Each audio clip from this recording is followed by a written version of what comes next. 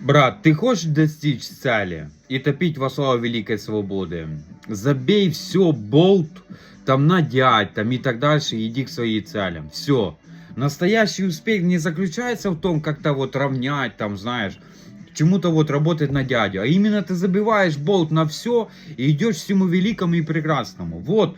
И у тебя и будет вот как-то ты вот реализуешь себя, ты вот что-то создашь свое, ты будешь творить, и ты будешь вот достигать. И все в жизни будет ровно у тебя четко и прекрасно.